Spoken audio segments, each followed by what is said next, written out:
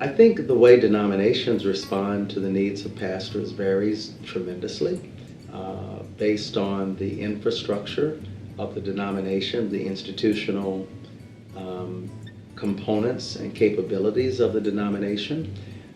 There are, as you know, great differences between those denominations that tend to be more congregational in structure. A quintessential example might be the Baptist Church, and those denominations that are very hierarchical and ecclesial and institutional, such as Methodist churches of all ilks, United Methodist, AMEs, CMEs. Unfortunately, that tells us very little about the capacity of the denomination to respond to the needs of the pastors. Individual Baptist churches have very individual approaches to their pastors. If you've seen one, you've seen one. And as conventions, I think Baptists are very forward-thinking and very clergy-focused in the sense of compensation for their pastors. In Methodist churches, and you can take the AME church as a good example, we have denominational requirements in our denominational assessments.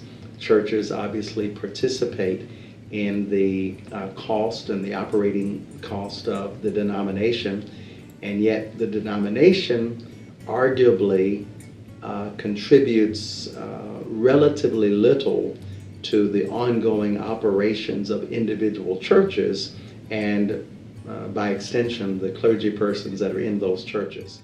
I think the greatest support that Methodist or ecclesial or institutional churches give their clergy persons is in trying to get the clergy person to a congregation where there's a good match, where there's a good marriage, where the gifts and graces of the clergy person can be appreciated by the congregation, and where the needs and assets of the congregation can be complemented by the clergy person.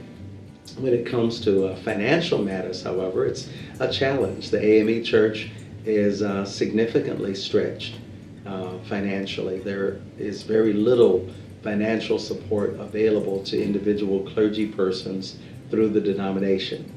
The United Methodist Church, on the other hand, has some very specific capability to support clergy in training, to support pastors, some expectations that ordained elders in the United Methodist Church have of their local congregations. And so there's great variety, there's great diversity, and just like in all aspects of the black church, it's very difficult to draw conclusions about how denominations are supporting their clergy. And it varies from place to place. There is geographic diversity in the sense of how churches and denominations see their clergy persons. Mm-hmm. It's a different world in the West, in African Methodism, from the Southeast. Resources are more available in areas than others. And so it is a little bit of a challenge for clergy persons because it depends. It's a little bit of a toss-up. It's not clear what's going to be out there available from the local church and certainly from the denomination in the support of the clergy person.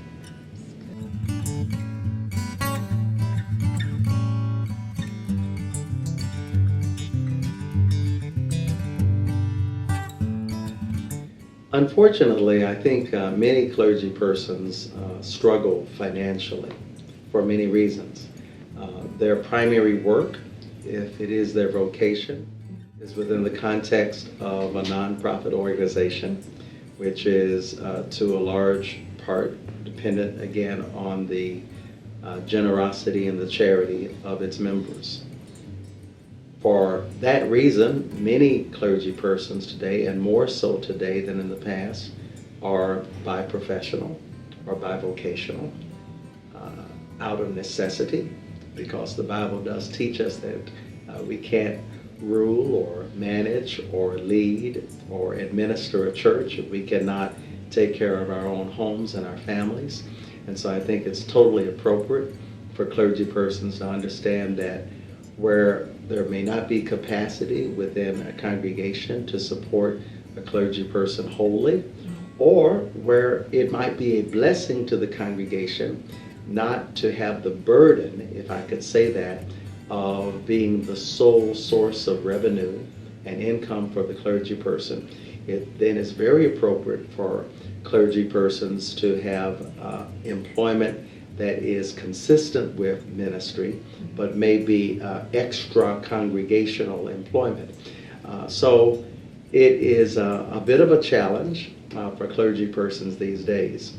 Having said that, those who are not younger clergy persons, those who perhaps have not developed skills and professional capabilities outside of their primary work in the church, may have limited access to other kinds of vocation.